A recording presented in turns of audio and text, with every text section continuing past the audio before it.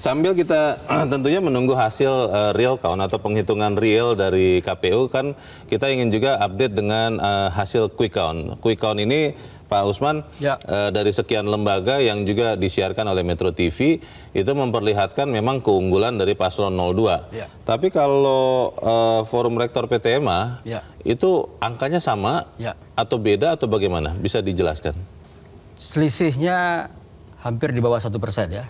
Di paslon 1 misalnya di 26,48, paslon 2 57,95. Ini sudah data masuk 100% ya. Sudah 100%? Betul. Karena militansi interviewer kita atau relawan kita sehingga mereka cepat mengumpulkan form C hasil itu tadi ya. Kemudian yang paslon 3 15,57. 15,57. Boleh diulang lagi Pak Usman? Saya ulang, paslon 1 26,48. 26,48. 57,95. Oke. 15,57. Oke. Artinya tidak jauh beda selisihnya dengan lembaga-lembaga yang lain. Saya ingin menjawab keterkejutan banyak pihak ya. Kenapa tiba-tiba di luar nalar hasilnya? Itu di atas dari survei-survei terakhir loh itu. Betul. Iya. Ini, bukan, masih ada range yang selisih sedikit. Nah, maksud saya quick count dari sekian lembaga ini, betul, Pak Usman. Ya. Jadi kalau saya ingin menjawab kepenasarannya banyak pihak ya, kenapa kok bisa tebal begitu bedanya? Kalau dulu kan 2019 55, 45, tipis-tipis ya. Kalau mungkin pengaruh 3 pasangan ya. Misalnya ya, ada faktor internal dan eksternal ya. Misalnya boleh jadi internal 1 maupun internal 3 itu tidak bekerja mesin politiknya ya. Boleh jadi relawan saja. Misalnya kalau digabung Nasdem, PKS, PKB dari hasil exit poll ya dikumpulkan itu 25,95 perolehan suara partainya. Artinya mirip dengan perolehan presidennya. Sehingga boleh jadi stagnan ya kan. Tidak ada efek, mau kampanye seperti apapun tidak ada efeknya. Tadi berbicara soal efek ya.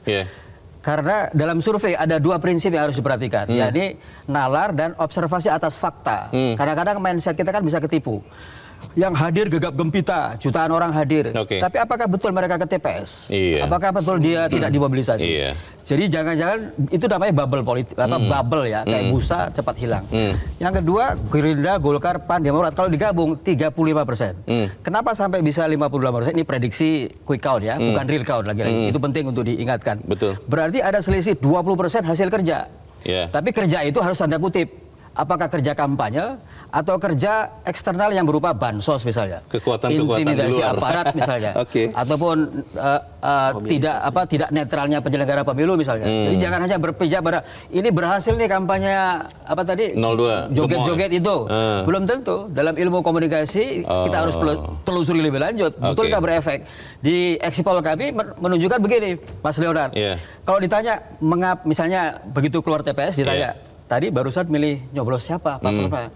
Begitu dia jawab, di bawahnya ada pertanyaan, kenapa Anda pilih itu? 10% ke bawah yang jawab sosok muda.